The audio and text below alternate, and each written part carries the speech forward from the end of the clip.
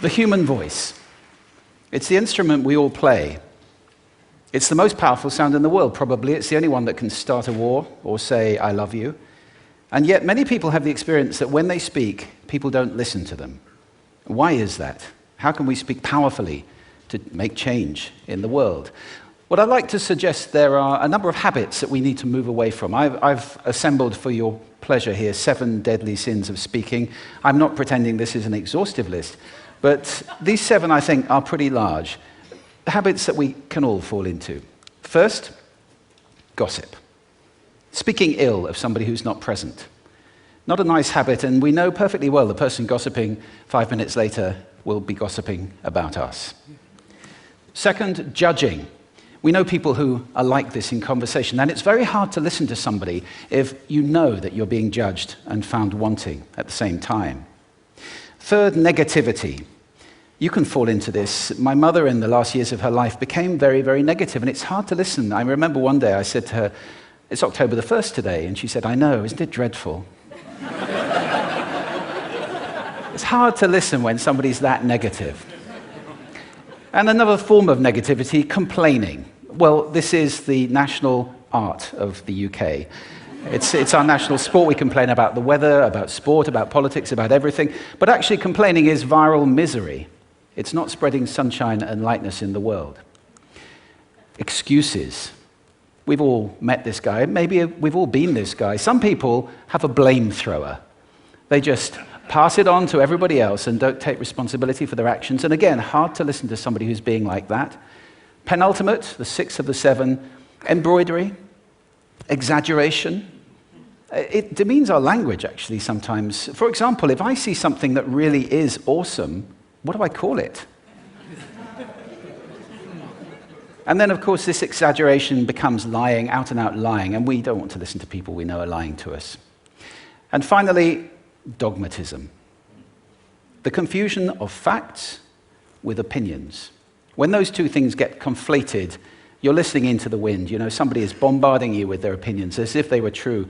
It's difficult to listen to that. So here they are, 7 deadly sins of speaking. These are things I think we need to avoid. But is there a positive way to think about this? Yes, there is. I'd like to suggest that there are 4 really powerful cornerstones, foundations, that we can stand on if we want our speech to be powerful and to make change in the world. Fortunately, these things spell a word. The word is hail, and it has a great definition as well. I'm not talking about the stuff that falls from the sky and hits you on the head. I'm talking about this definition, to greet or acclaim enthusiastically, which is, I think, how our words will be received if we stand on these 4 things. So what do they stand for? See if you can guess. The H, honesty, of course.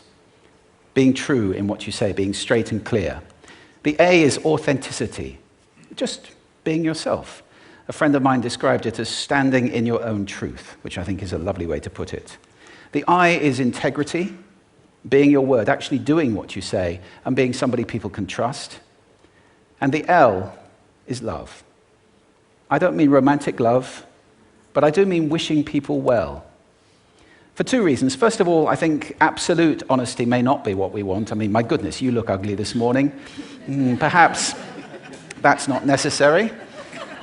Tempered with love, of course, honesty is a great thing. But also, if you're really wishing somebody well, it's very hard to judge them at the same time. I'm not even sure you can do those 2 things simultaneously. So hail.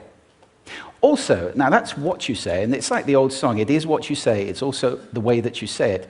You have an amazing toolbox. This instrument is incredible, and yet this is a toolbox that very few people have ever opened.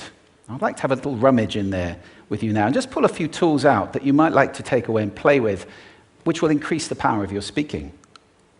Register, for example.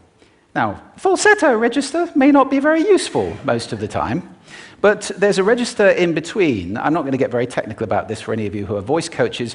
You can locate your voice, however. So if I talk up here in my nose, you can hear the difference. If I go down here in my throat, which is where most of us speak from most of the time, but if you want weight, you need to go down here to the chest. You hear the difference? We vote for politicians with lower voices. It's true, because we associate depth with power and with authority. That's register. And we have timbre. It's the way your voice feels. Again, the research shows that we prefer voices which are rich, smooth, warm, like hot chocolate. Well, if that's not you, that's not the end of the world, because you can train. Go get a voice coach. And there are amazing things you can do with breathing, with posture, and with exercises to improve the timbre of your voice. Then prosody. I love prosody. This is the sing-song, the meta-language that we use in order to impart meaning. It's route one for meaning in conversation. People who speak all on one note are really quite hard to listen to if they don't have any prosody at all.